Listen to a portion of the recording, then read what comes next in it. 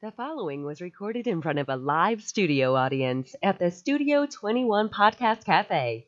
This is the United Podcast Network.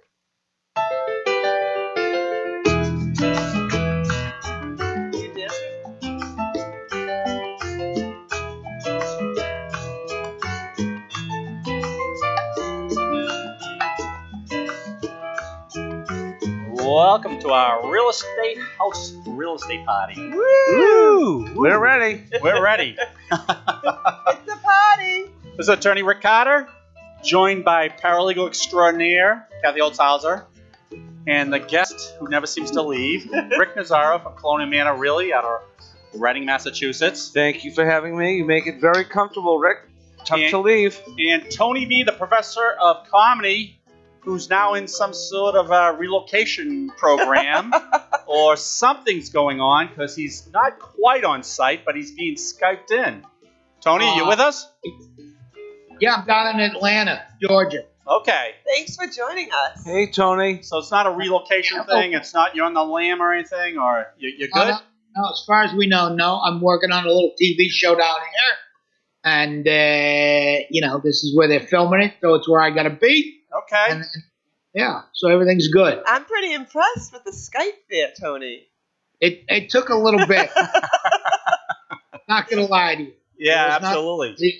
We've ever done. It's on my phone. It's in my computer. I think if I touch like two fillings together, it just comes into my head. Perfect. Nice. Tony, we're going to talk a little buyer agency today. What do you think about that? Okay. Where we think that a buyer needs to be protected in this industry, in this environment mostly there. So I think we're going to talk a little bit about how we can help a buyer be represented in this market. And let me give you an example of what's going on. Some broker told me the other day they were one of 35 offers on a piece of property. Wow. And evidently the price went $200,000 over the asking price. In the Northeast? In our area. Yeah, Oh, we're on really? the North Shore there. So today's theme is... Yeah. 200 grand over? Yeah. Yep. 200 grand over, 200 yeah? grand over, one of 35 offers. Is that crazy? That's great. I mean, that's even unusual. Yeah. So that was the most significant one I've heard there. So I think we're going to talk about how a buyer needs to associate themselves with a well-schooled team on this because they have to be prepared, right? That's exactly it. it. All right. So Tony, today's going to be a first. Because you and I and Kathy and Rick have done a lot of radio shows, a lot of podcasts, and we always come out and say we're going to do our top 10. Yeah. We're getting it done today. I have a question, though, for Tony before Can you get us, Tony, on that TV show you're on, or is it just you? They only wanted you? They didn't want us? No. Yeah. All right. Thanks. All right. Just try to ask. I've seen the podcast. They just wanted me. Okay. Oh, Maybe makes next sense, time. Tony. You're the cream of the crop out of the four of us? According to these people. All right. So it must be a real estate show then because you are an expert on real estate, right? No, all kinds Well, he's a lawyer, That's isn't right. he? That's right. He plays one. The real estate down here is crazy, too. Oh, it is. Houses around here are huge, and they're all spread out, and it's nuts. But All right. 200,000.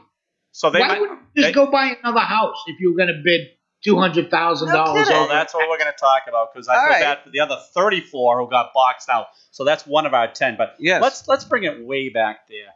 Rick Nazzaro, Yes. Colonial Manor Real Estate. So you're doing top 10 Top 10. We're going to get top 10 reasons done. Yes. to have a Buyer's agent when you're to buying be an a house. advocate for a buyer. How all is right? that? We're going to have a top 10. We're going to get through 10. it. Yeah. 10. Let's do it. All right.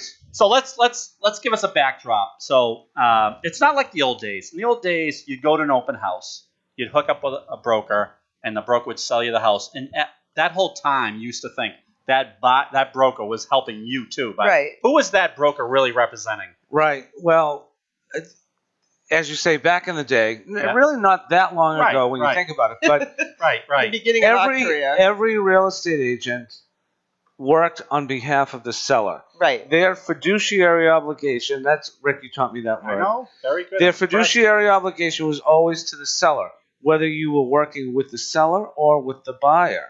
The thing is, there was really no formal disclosure to the buyers, and unless they knew that, we weren't obligated to really even let them know. So quite often, we'd have buyers in the car. We're showing them houses. You're invited to their wedding. You've given gifts to the kids. But the whole time you're really and the whole time, really, you're representing the seller. Right. So you would negotiate on behalf of the seller. Now, we always had legal and ethical obligations To both parties, well, right? to be honest and upfront, Right. and if we're asked a question, we answer it as best we can. But really, when it came down to negotiations, it was always in the best interest of a seller. So as the listing agent, if a buyer brought me an offer to present to my seller, if it was, let's say, $20,000 apart, I could go to that broker and say, they're not going to take it. You need to get me this, and we'll put it together. And that agent would be obligated to go to the buyer and negotiate to get that price up. Now, So nobody was on the buyer's side. really nobody was Right. on the buyer's side. All right, so fast forward. Now we have three ways. You could be a seller, A seller's agent, a buyer agent, and Tony, you'll like this one. You can actually be a dual agent, which I don't know how you can do. Where you can represent good. both the buyer and the seller. But you have to if you're a dual agent, you have to disclose to both to parties. both parties that you are representing them both. Correct. So, That's the one that doesn't sound legal to me. right. Well, it does bring up a lot of questions, that whole dual thing, Tony, because it brings a question: how can one person work for two people? Right. Right. And even though it's legal and it's, with the full disclosure, Kathy, as you say, some offices make it a policy not to wear both hats. Okay. Um, So today we're Because going it to is talk difficult. about one of them, being Yeah. a buyer's agent. I can't get past the fact that fiduciary sounds like a dirty word. You got to put the "fi" in front of it. I got stuck on fiduciary. yeah. He's still back there. Yeah. It hasn't left my head since you said it. Fiduciary. I'm glad I put it on us that Rick taught me that word, Tony. It sort of keeps us out of it, And it might very well be a dirty word. That's right. All right, so we got the backdrop. Yes. One of the backdrop question then. How does a buyer agent, and then we're going to get to our top 10. Yeah. How does a buyer Wait, we're agent... not even at one yet? we haven't gotten through one. Tony, you know us. Tony, call the set. You're going to be late for the movie. Buyer agent, how do they get paid? Most of the time. Most of the time. Yeah, most of the time, a buyer agent does get paid from the seller's proceeds. Okay. Right. By So- the seller.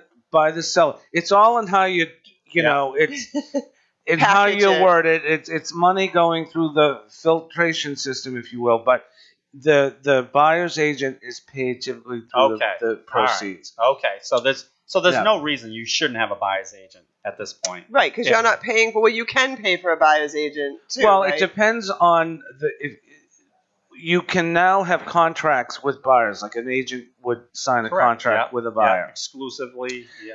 Right. Yep. So again, some do, some don't Right. sign contracts. But those that do, their fee is typically listed in the contract, Right. which can be a various, be done many ways. Typically, how it is done is that one, they'll accept what's offered through the listing broker, Right. or they want a certain fee, a certain percentage, let's say. And if what the listing agent is offering is less than that, then the buyer could be responsible through the contract We've seen that. to make up All right. the difference. So in the Yeah. very beginning, find out who's paying for what, and then move along. So Correct. this is what I'm seeing. I read all the blogs. I read a lot of real estate articles and everything. And we've always talked about this where people first see a house online. But even the millennials still want to visit the house, to deal with a broker because it's a stressful situation, to kind of map out the process, to negotiate the process. Yes. So even though everyone does see it online and they see the photographs, we know how important that is, it's still that everyone still wants to deal with a buyer's agent for 10 reasons. We're Right, well- finally there, Tony. Well, no, not because before what's unique today is how that selection process. You had mentioned earlier that many buyers would go to an open house and they'd say, "Oh, you're nice, I'll buy the house." They interview us now For years, since I've been in the business 30 years, So that's a great question. the So sellers right. always interview us. Right. If you and your wife were planning to sell your house, or you and your husband, you may call 3 different offices. You talk to the agents. You discuss commissions, marketing plans, see who you hit it off with, and you make a decision and you sign a contract. Buyers never did that. Right. Now they do. So I'll get a call and it will say, my cousin Susie worked with you. We're interviewing agents to see who would represent us. That's funny. And they now. come in my office. They ask questions. They want to see what I've sold. They want to know my knowledge of the marketplace, of the school systems. So they interview us in many, many ways. And here's one of the reasons they interview you. We're already out of our sync. So our 1 through 10, we're already out. But one of the reasons they interview you now, because you might be, if you're a good buyer's agent, you might be that winning bid over someone else because the listing agent has worked with you before, feels comfortable with you, and they say, all right, Rick Nazzaro is bringing in a buyer. They've been vetted. We know they're probably good buyers. We've dealt with Rick before. So one of the big reasons now to work with a buyer's agent there is that buyer's agent might have a good rapport in the community. Right. Correct. Right. And that is one thing that I would personally stress in one of those interviews is that I've been in the same market for so long that I've done a transaction or many with most of the... You're one of the few that don't like to go outside the town. You actually only have a few streets in Reading. Well, I've done a lot outside this town, but see, after a while, if you do enough business within the confines, you get good. Then you kind of become known for, like, that's been my goal. Let's say, your gig. Is I want to be the guy, the go-to person. Right. I rather do a lot here than a little here. Now listen, Rick. Plus, people are going to bump into you at the grocery store. Right. Right. You know what I mean? And go like, oh, avoid Rick. Yeah, that's right. Geez, it's that guy. That's right. So, but to be honest with you, Tony, I'm usually the one hiding behind the produce when I see. I'm like, oh God, they're going to want to know what the neighbor's house sold for. I've hidden in more freezer chests in aisle 6. You didn't say I know nothing. Yeah, right. So, but the Believe other. me, I'm no stranger to hiding among the milk. You're in Atlanta. Witness relocation. We know what you're really doing there. But the other good part of the buyers wanting to interview you is maybe you don't like them. Maybe you don't like their style. Excuse me. Or maybe they want to look in Stowe, Mass. And you're not interested. You're not going outside of your... Right. And again, that's an opportunity for me, as you say, to know what their goals are. And if I don't feel I can serve, it's typically not, I don't like them. But we may not be a good match because they may say, well, we're looking in 38 towns and, And they haven't zeroed in what they want for a home. I just am honest with them and say, look, as much as I can help you here, I'm not that versed there. All right. So, Tony, you're a little surprised by this, but we're a little out of order. But to your point to that is that's also a new phenomenon. I think in the old days, we talk about it forever, like a few years ago, you go to a house, an open house, and you'd be critiquing the house itself. Now that seller and that listing agent is now critiquing the buyer. Right. I've heard this a few times where they just didn't like the buyer's approach in there. They were kind of, we've heard this a couple times. Exactly. Yeah. So not only do you get to critique your buyer if you select them, but the actually seller themselves. So, all right, let's get back. The buyer has... Wait. Hold on.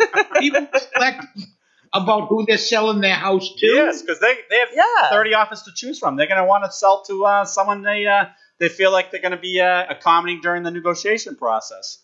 Yeah. Yeah, but you're walking away from the house. What do you get what they do? No, but you want to, if out of 30 offers, you want to pick. Yeah. Well, I would say all things being equal, I mean, you've heard now that buyers write the letters. We can't wait to put up our Christmas number tree. 3 here. I want our listeners and viewers to see who has the pages in front of them. Okay. So I have my list. But it has to do with what you said is that a seller has many more decisions to make. Yes. Typically, the best price always wins. The little letters, the pictures of the kids. We'll get there. We'll get there, honey. Hurry. All right, let's go. I'm trying to hurry. Well, number one, so they've already picked you. They understand commission. Yes. Number one, you're going to give them a good roadmap on what's going on. You're probably going to sit down with them and figure out a wish list that they want. Yep. What neighborhoods, what price range they have, right? So that's important, right? Yes. All right. Oh, now you're down to one word answer. And then, This is That's great. good, Well, because I we're was going to move on to number 2. see, Kathy scared me a little. I just got to be honest. I touched him. Yeah, that's right, That's Kathy. why You she's know. called the boss lady. Yeah. All right. So number one, We haven't hit one yet. we just got one there. What So are we talking about? one. What have we been talking about? No, that's good. We did the groundwork for 1 through 10 there. Oh. So that was the way I was able to slip in 4 or 5 others. Well, there, you so- know, Tony, Rick has never hit 10. No, in today I'm in hitting. his Today he entire was going to history. do it. I'm not saying. I'm not feeling it. He's not feeling Today it. I'm hitting it. Neither am I. So number one, we've came up with a wish list. We've come up with a roadmap. You've told them about the deadlines, what you should do for an offer, X amount of days, when you should get a mortgage application in, when you should get financing in. Number one, all right? Yes. We've got that underway. Great.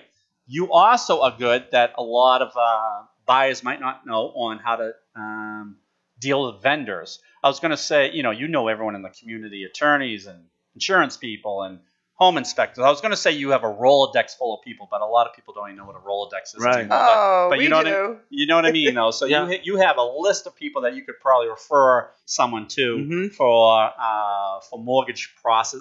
That's huge, because if someone comes in and they haven't even been pre-approved yet, you don't even know how much you can put down for an Right. offer. But So I'm good. really, I would go one before the one you mentioned about the wish list. Is I need to make sure that buyer is prepared to even buy. What I like to tell them is, you don't want to go look at something that you can't buy. You can't afford, It's like going right? to Marshall's or your favorite store and you have no credit card or cash. You might see something you like, but you Right. can't buy it. So good point. So I don't want to show $500,000 houses when you can afford 400 because So you're what do going to you like do? the 500. You ask for a pre-approval So letter, right? if they don't come with it, then the first step is I need to prepare that buyer so that when they do see the house they like, they can go forward. okay. So they need to come with a pre-approval letter showing that they can afford that $500,000 Right. house Or I will before you direct even- them to that. before you even go out Place. and look at houses with them. Perfect. You Right. need to be vetted. Yes. There Correct. you go. There you go. There you go, Tony. Yes. I'm still getting a kick out of your face because it's about 5 times the size of ours. He's a I got a star. big face. I got a big fat face. Number 3, the Yes. obvious one. You know the houses. You can show the houses. You've been in the neighborhood. Someone calls you about such and such house. Yep. You know the background on everything, I would imagine. Right. And so with that, Rick, similar to what we do with a seller, again, let's suggest that Kathy is a seller, calls me. One of the things we do is determine the value of your home. When a buyer finds a house that they like, we do the same thing. Is I can now do a market analysis and say, here's the house, they're asking $500. This house is either overpriced, it's perfectly priced, or it's underpriced. And here are some comparables. So I'm able to discuss similar homes with that buyer to give them a sense of what they should be paying for that property. And without a buyer's agent, they may come in and have no idea. go in, offer asking price, and then the auction effect will take over, and they may end up paying Right. $60,000 or $70,000 Right. over asking. You may not let them do that with Right. the knowledge that you have already collected on that Correct. house. And one of the things we do discuss is what the offer process is, what's happening with the offers in terms of over or like more going over asking. See, what's happened is things have heated up. The strategy quite often is I look at the strategy of a listing agent. I know if that listing's on the market with ABC Broker, they underprice every house, Mrs. Buyer. So when I tell you you need to come in $50,000 over, don't feel as though you're overpaying. You're paying market value. They simply used a strategy to get you there. To get you in the So door. there's my 4th one. Yes. Wow. I know. That's pretty good. So back Did you skip around, or is this No, actually? no, we're it's actually doing it's it. organic. It's right. Yeah. We're right on cue. And back to number 3, though. One tip You're so good. I know you guys are awesome there. And one tip you probably want to give your buyer if they're going to a open house or anything like that, they should mention that they're using you as a buyer agent. Correct. Right? It's one of the instructions. My business partner always has said to her clients, and I take it on. She says, think of me as American Express. Either don't leave home without me, or if you do, sign in my name at the open house because you want that agent to Okay. know that you are represented. Good tip. All right, so we're on to number 4 that you guys had mentioned. Yeah. So kind of you're the lead on contractual negotiations, pretty much, right? Mm-hmm. So in other words, you know, and we've talked about this before. They don't come to a real estate attorney until everything's all said and done. So they're actually looking to you for the lead on contract negotiations, and the biggest one is usually like home inspection issues. Right. You guys, as realtors or as a buyer's agent, you're usually the advocate taking care of all that, I would imagine, right? Mhm. You decide, all right, we should put this in, or they might not accept this. Tony, you have a thought. I can tell. Yeah. Why don't we go back to living in caves? This is all very confusing to me. And we've been doing this, some sort of real estate show for over 2 years, and this still baffles me. And I'm a genius. I can imagine that the regular folks are having a hard time with this. You're right. That's why we're here, That's Tony. why we're here, going to help Tony. these people. All right. That's our goal, right, Rick? And you know why I've been told I'm a genius, right? I like to show that every show. Because I have Tony V on a real estate show. Yeah. You're a genius, right? All right. Yeah. Yeah. He's going to dig a hole and pull some grass over You want to live in a yurt. I know that, right? a yurt. Oh, that'd be my dream. Are you kidding me? Just come home, sweep out the house, and go to sleep. Well, that's not what you do now? No, I don't sweep out the house. Oh, okay. All right, so you're the lead on, because they don't call attorneys, they don't call Tony V, they don't call Kathy, they don't call Rick Carter. Right. Well, another reason for an experienced agent for that buyer Yep. is after a while, I know all of the changes that I refer, let's say, clients to you, Rick. Yep. You're going to have your standard Yep. things, mutually agreeable P&S as opposed to a standard. Yeah. But one of the things that I'm able to do in the negotiation process is in a hot market, many buyers, it's not just about price. Right. It's also terms. So a You're house, hitting number 5, you guys. well, this is what you mentioned, though, but inspections, let's say. Yeah. So a house that has some obvious defects, a newbie buyer may go in, have a home inspection, and be scared off. Right. So if I have a buyer who's not afraid of these things, they have a parent that's good at, or you can do a pre-inspection and then you some of the home eliminate that. inspection items that we see on the, when they're coming through are easy things like, fix the drain in the kitchen or Right. fix the shower head in the master bath. There's nothing, you shouldn't really get hung up about stuff like that. No, some So little it's Kathy things saying like you that. don't want to lose a deal over that in this hot market. Right. On a seller's market, you as a buyer's agent is going to know what you can negotiate and what you can't negotiate, right? Right, because if you get too carried away, maybe they'll go to the next buyer. Right. If you turn into a pain. What's it, Tony? You all right? I'm fine. What's he got? What is that? What is that? Nothing. All right, so good point. At some point, you're going to tell a buyer what they should leave and leave out and offer. If I suggest that they take out, say, a mortgage contingency or a home inspection contingency, I do try to let them know that there are certain risks. Well, that is a suggestion. I have to wait. I give them all of the options. Because you can't counsel them on that. Correct. I give them all of the options, the pros and cons, the risks associated with each decision they make, and then they make the decision. So, Rick, why don't we try to explain to our viewers what that means to waive a financing contingency Right. So at that point, so again, we're not involved. I've probably reviewed, and I'm not exaggerating. I don't know, thousands of purchase You're like sales. a show off. I know. But my point is, I don't think I've hardly ever reviewed an offer. Right. And by the time you sign an offer, It's too late. It's too late. You're obligated. So I think we should make that point. Some people don't understand that an offer is truly a binding contract. Right. So there's Once you pros. sign your name to something, it's real. What's that? Right. Once you sign your name to something, Exactly. you agree to that, right? Right. Which isn't quite as bad on the buyer's side, but when a seller signs it, that seller can be forced to sell the house Without some of the... because they've signed that offer. Right, exactly. So let's be honest about all this. The reason that you need the buyer's agent in general is because people are married. Okay. And you know what I mean? Where's he going? Is not going to listen to the other. So they go, oh, yeah? You don't want to listen to me? Listen to this guy. He knows what he's talking about. And He's right. I can't tell you how many marriages I've saved.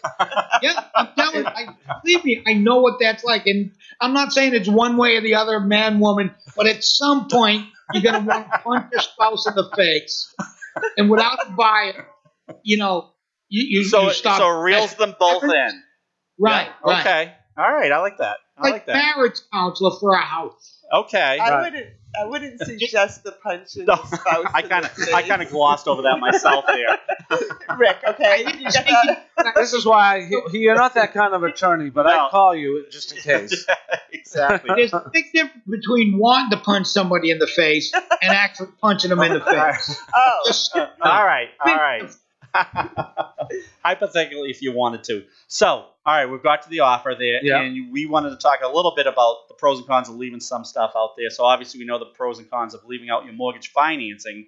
If you don't get your mortgage, you're So, still obligated to buy that house. When you waive the mortgage financing contingency clause, it means that you're obligated under the purchase and sale agreement to purchase that house, whether or not you got your mortgage. You get turned down for that If you- mortgage. yeah, You're still you're- obligated, or your deposit money's at jeopardy. So you should have $500,000 in the bank to pay for the $500,000 house, or B, have a rich father or mother Correct. that's going to Yep. hand you the money. Which So goes because back. you need to a plane perform. ticket or a plane ticket to a country without extradition. Right. Right. Because your wife didn't know you had waived that mortgage contingency clause, right? Back to yes, exactly. And Kathy, that's good advice, but your many. wife did. What's that? I'm sorry. I was saying that many times people would waive the financing.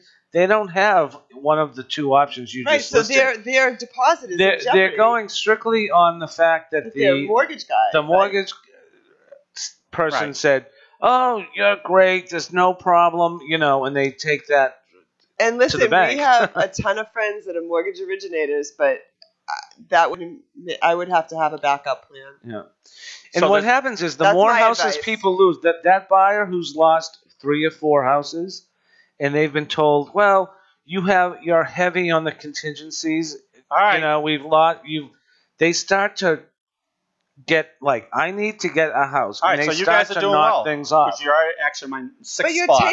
taking. So can we just stop for there for Sure, a second? Do we absolutely. have time to stop here at We have 5? plenty of time. No, so, but when you get rid of your mortgage financing clause, you're opening yourself up to some stress, some serious stress. If you put $30,000 or $40,000 down as a down payment on that house, you're going to lose it if you can't perform on closing date, whether Right. or not. If you waive your sale, if you have a house to sell and you waive that contingency from the P&S, that means you're in that contract, and whether or not you sell that house, you better have the money to be able to buy that house, right? So they're giving up a lot to get these houses. To get in the these auction houses, event. that many buyers are putting themselves in high risk situations. Yeah. So you got to be Yeah. careful if you're out there buying a house. You got to be careful of All right, that. number 6. What do you suggest to Yeah, a buyer? wear a condom for God's sakes. What's that? Wear a condom for God's sakes. We practice safe real estate. Well, not necessarily safe, but put That's- yourself. That's on our business card there, Tony. All right. What's 6? Number 6 is what do you? I think a good buyer's agent can advise a buyer if they keep losing out on offers, on different strategies they should be utilizing. I'll give you an example of one buyer. One of my daughter's friends made a great move. She bought a house. No one was so. So what I'm saying is you might have to restructure or re-strategize the houses you're looking for. So what she did, she kept getting overbid by $50,000, $60,000. She ended up seeing a condo that was right in her price range, and she knew she wasn't going to get outbid by $50,000 or $60,000 because she had to put in flooring. The flooring was horrible. It was, buckled So everywhere. how much did the flooring cost her? $12,000. $12,000. So for the $12,000, as opposed to getting outbid by $50,000 or $60,000, made sense for her. So imagine there's different suggestions you might have for a buyer that keeps getting boxed out. Well, there are particular price ranges that have a high percentage of people looking. Those are the ones that people tend to lose more houses as time goes on.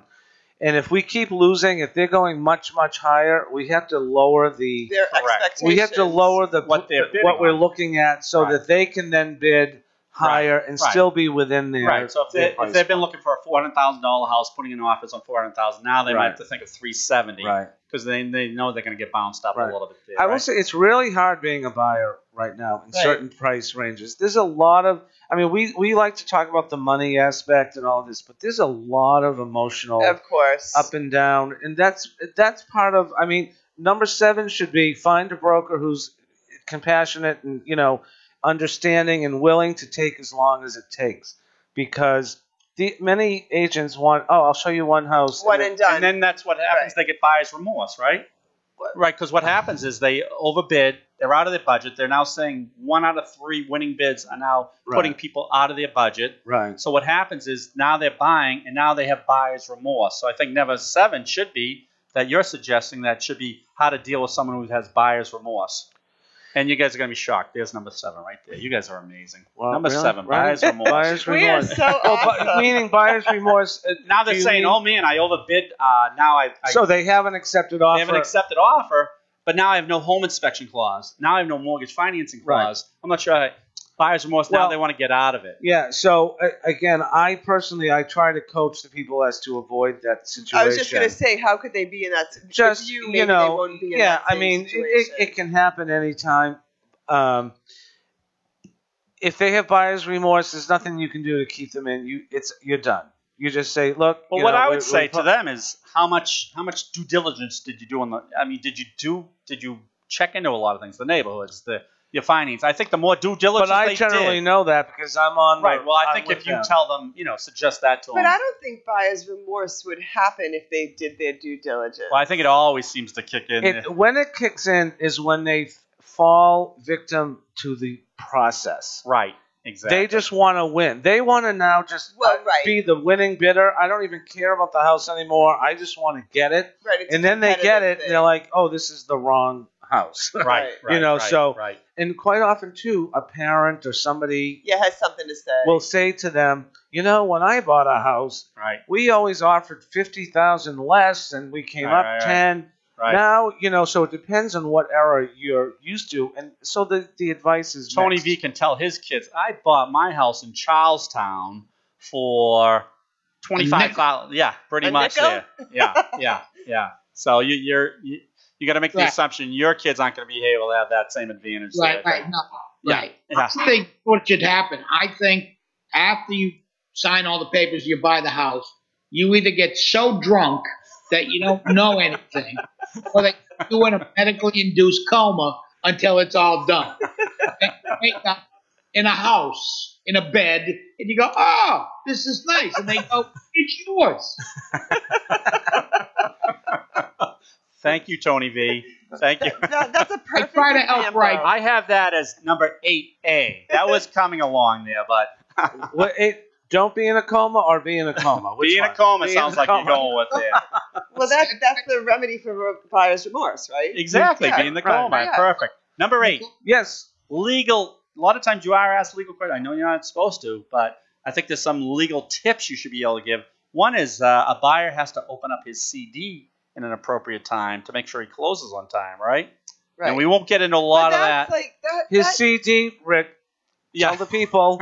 That's a closing disclosure Thank you, Kathy. Yeah. that needs to be issued to you as a buyer 3 days prior to your closing.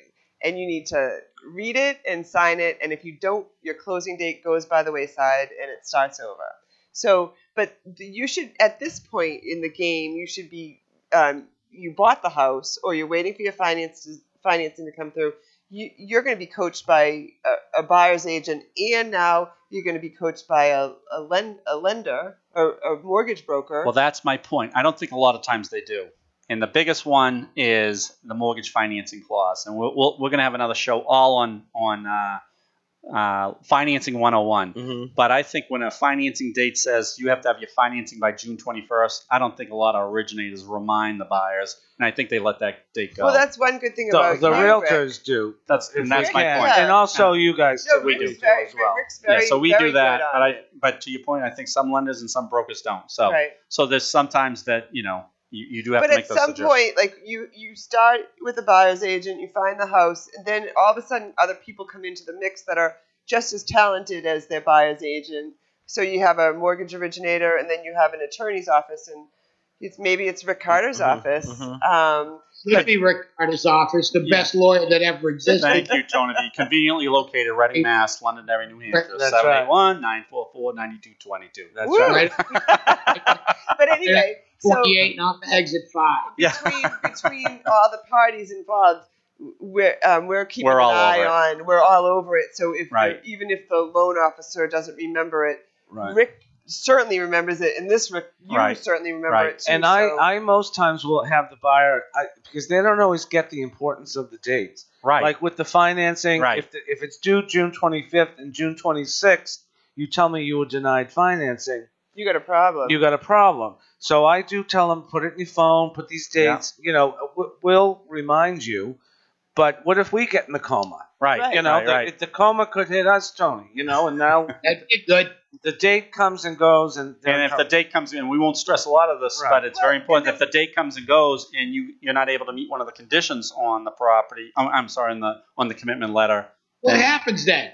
Is Then- it null and void, or do you No. start over? Or no, you your you deposit have to money's look at now in jeopardy if you haven't got an extension on that. So I that's see. very important. So that's going to be for our financing 101 Yes. class that we're going to have. Number 9. yes, Oh We're my pulling God. in. We're I getting didn't there. recognize I know. you. I'm a You're whole new serious. person. This is I'm great. impressed. I think it's the cigar smoke. It's making me think fluently here. Yes. So this is great. I am so envious. Next week, Tony. So number 9, you're pulling in. You're almost ready for the closing, and there's walkthrough issues. You're able to negotiate that, where buyers on their own with just a seller's agent, I'm not sure they're going to get Yes. the same advocate on their side. Am They I right? want it. You are 100% right. Thank you. Wow. Yes, Thank the walkthrough is critical. Whether it's, I try to do it like a day in advance so that if there are issues, we're not under the gun like But the you last have, hour. but the seller has to be out of the property. Yeah. So you're going to have to orchestrate that long before 2 days before the closing. Right. Hopefully, if I'm the listing agent, you know, I address that. But if I'm selling a house that another agent has listed, I'm never quite sure what information they've given to their seller. Yep. Part of which, in my opinion, should be, if we're closing on November 1st, you need to be out and all your stuff, house needs to be broom clean by October 31st. Right. So that the buyer can walk through without the personal belongings in We've the had house. some situations where the buyer or the seller doesn't want to sell till noontime because their movers aren't coming till 11. That's kind of cutting it close, and it doesn't really give the buyer much time to go do the walkthrough. Right. And if I know Attorney Rick Carter, that's when he'll say, correct me if I'm wrong, we can close, let's do it, but the money stays here till Yep. the buyer goes back Okay. Until I at get 3 a call. o'clock, until I Exactly. get a call that the house is empty. You know, it stops Perfect. at that. Am I right? You're perfect. Because Yeah. When you do Yeah. a walkthrough 24 hours before the closing, you're getting time, because if there's paint cans in the basement that you want gone, an hour before the closing doesn't it's too work. close. Right. So that brings us to number Oh, 10. woo. You guys are awesome. Awesome. Tony, Awesome. are you okay? I'm fantastic. Are we impressing you?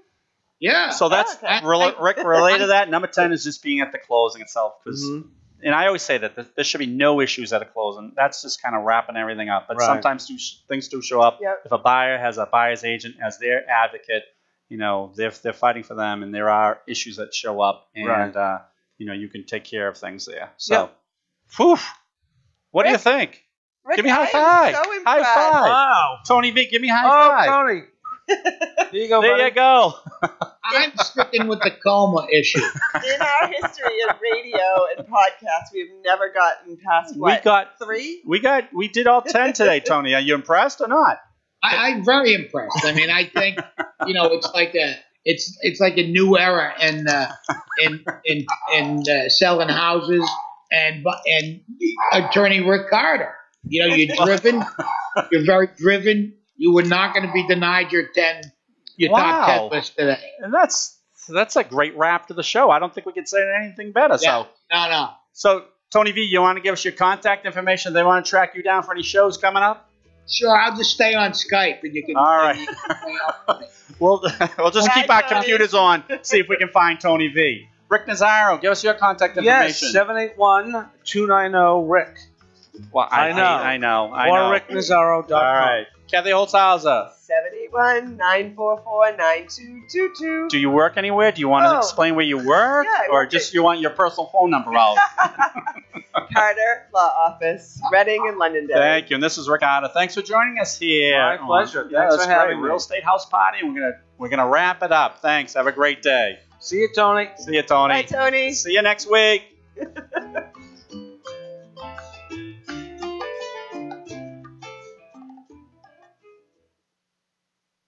The views and opinions expressed by the hosts, guests, or callers of this program do not necessarily reflect the opinions of the Studio 21 Podcast Cafe, the United Podcast Network, its partners, or affiliates.